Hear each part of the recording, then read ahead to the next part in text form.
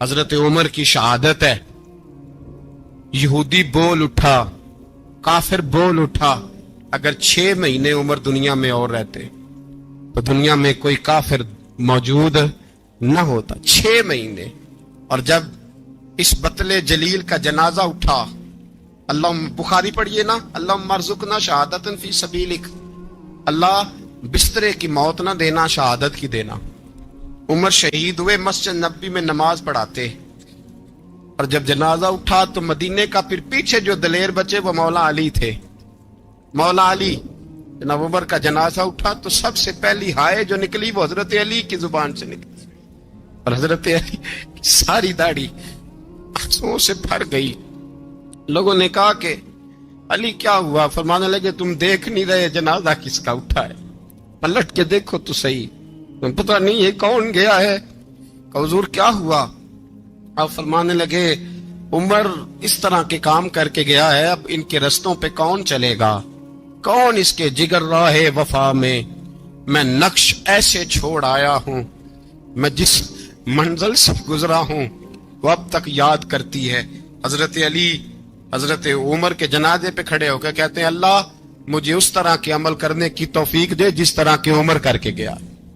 میرے بھائی, بطل عزیز, بطل حریت حضرت عمر رضی اللہ تعالیٰ عنہ, جو اپنی زندگی انقلاب والی گزار کے گئے.